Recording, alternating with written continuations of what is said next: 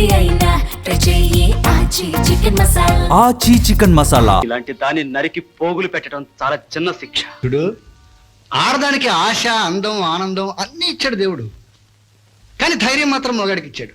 నేను ధైర్యం చేయలేదనుకో, నీ ఆశ నిరాశ అవుతుంది. ఇలాంటి వాళ్ళని ఎలా గౌరవించాలో, ఎలా సన్మానించాలో అధర్వణ శాస్త్రంలో ఆఖరి అధ్యాయంలో ఆఖరి శ్లోకంలో ఆఖరిసారిగా నాలాంటి సంస్కారం లేని వాళ్ళకి చెప్పారు కదా మిస్టర్ ఊసరవెల్లి. నేను రాక్షసుని దేవుడిని నా కాపురం నిలబెట్టుకున్నాను. నువ్వు దేవుని రాక్షసుని చేసి నీ కాపురం చెడగొట్టుకున్నావు. నేను చేసింది తప్ప, నువ్వు చేసింది తప్ప. చిట్టి తల్లి చచ్చిపోయి కానీ ఆత్మహత్య చేసుకోలేదు. కండకావరంతో కళ్ళు మూసుకుపోయిన నీ మూర్ఖత్వం తల్లి కాబోతున్న పసి జీవితాన్ని హత్య చేసింది.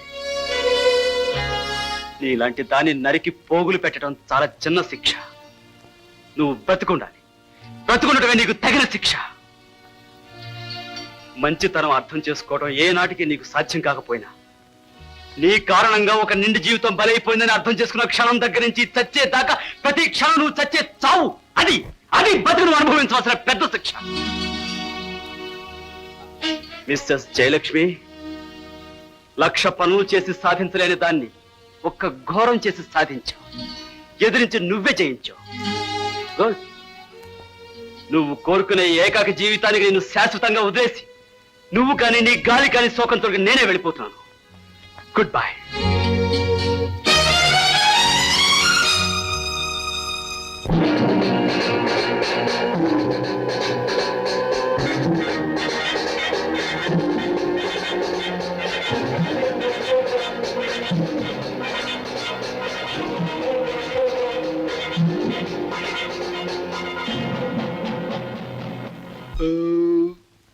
శ్రీరామ శ్రీకృష్ణ.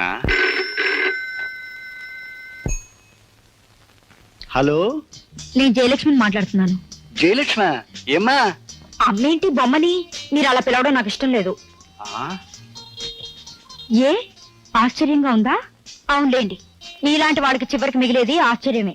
ఏ నేను అందంగా లేనా? అది సరే, ఏమిటి సంగతి? సిగ్గు విడిచి ఆడదే చెప్పాలా? సరే, నేనే చెప్తానులేండి. మీరు నేను కలుసుకుని. చూడమ్మా, నా పేరు సుబ్బారావు, నీ పేరు జయలక్ష్మి. నువ్వు నాతో ఫోన్లో మాట్లాడుతున్నావు, ఇది నిజమేనా? ఛీ, సిగ్గు లేకపోతే సరే. సరే, ఈవేళ రాత్రి మీ ఇంటికి 10 గంటలకు వస్తాను. ఈ రాత్రి మనిద్దరి రాత్రి, ఓకే?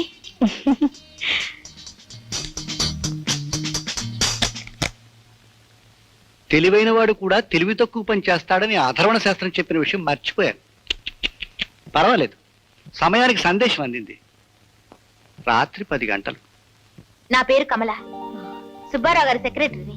ఆహా, నేను ఇక్కడికి రావచ్చో లేదో నాకు తెలియదు, కానీ ఒక ఆడదానికి అన్యాయం జరుగుతుంటే చూడలేకొచ్చాను. అంటే మీకు సుబ్బారావు గారు ఢిల్లీలో ఉద్యోగం చూశారు కదూ? అవును. మీరు రేపే బయలుదేరాలి కదూ? అవును. మీరు బయలుదేరనక్కర్లేదు, మీకు ఉద్యోగం దొరికే అవకాశం కూడా లేదు. ఏ మీ ఆయనకు మీకు ఏమైనా మనస్పర్ధలున్నాయా? మీకు ఉద్యోగం దొరకకుండా చూడమని మీ ఆయన సుబ్బారావు గారి కాళ్ళ మీద పడ్డారట. ఆఖరికి మీకు దిక్కు మొక్కు లేకుండా చేసి ఆయన కాళ్ళ మీద మీరు పడేలా చేయాలని ఆయన ఉద్దేశమట. ఓహో, అంతకు తెగించారన్నమాట. ఆయన సంగతి ఏంటో ఇప్పుడే తేల్చేస్తాను. తేల్చాల్సింది ఆయన సంగతి కాదు, సుబ్బారావు గారి మనసు చెడిపోకుండా చూడండి. ఆయన దేవుడు లాంటి మనిషి, ఎవరేం చెప్పినా వింటారు. టైం 10 అవుతుంది, ఆయన ఇంట్లోనే ఉంటారు. మీరు వెళ్ళి ఆయన ప్రాధేయపడండి, ఆయన తప్పకుండా ఉద్యోగం ఇప్పిస్తారు. వెళ్ళండి.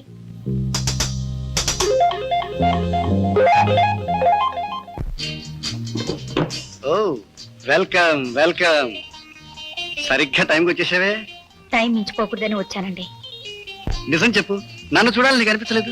చూడాలని కాదండి, ఎన్నో విషయాలు చెప్పాలని వచ్చాను. ఏమండి, మీరే నాకు ఎలాగైనా సహాయం చేయాలి.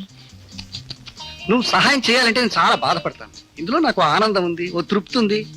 మీలాంటి మనిషి దొరకడం నిజంగా నా అదృష్టం. నువ్వు అలా అనుకోవడమే నా అదృష్టం. ఏమండి, మీరే చెప్పండి, నేను ఎంతకాలం ఆశతో ఉన్నది మీరున్నారనే ధైర్యంతోనే కదండి. ఇప్పుడు మీరే నన్ను మర్చిపోతే నేనేమైపోతానండి? అన్యాయం అయిపోతావు. చూడు, కుండ బద్దలు కొట్టేశావు.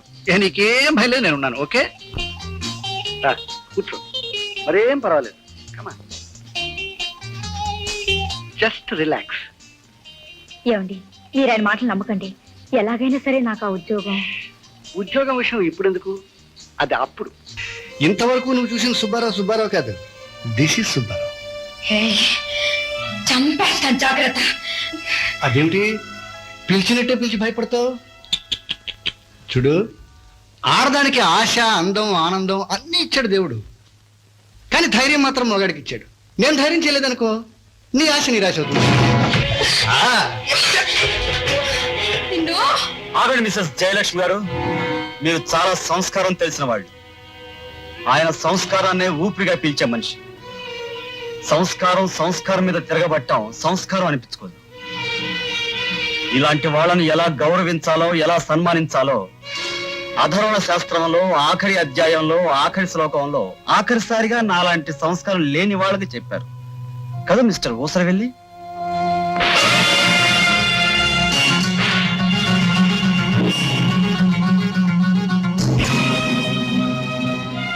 ఏడు రోజుల్లో మా ఫైనల్ సెటిల్మెంట్ చేస్తానన్నావు కదా, కానీ ఈ రోజు నీ ఫైనల్ సెటిల్మెంట్ నేను చేస్తాను.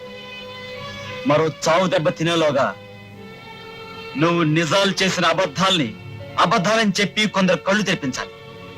లేదా నీ కన్ను ముక్కుకు ముక్కు, చెవికి చెవి, ఏ పార్టుకు ఆ పార్టు చల్లా చెదరైపోతాయి. చెప్పు. ఒక్క నిమిషం.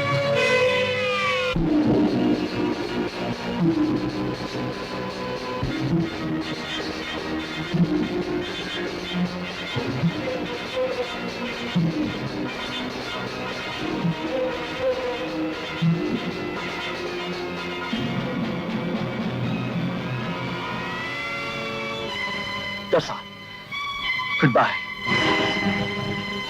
అసలు ఇలాంటి పశువుని ఆగండి.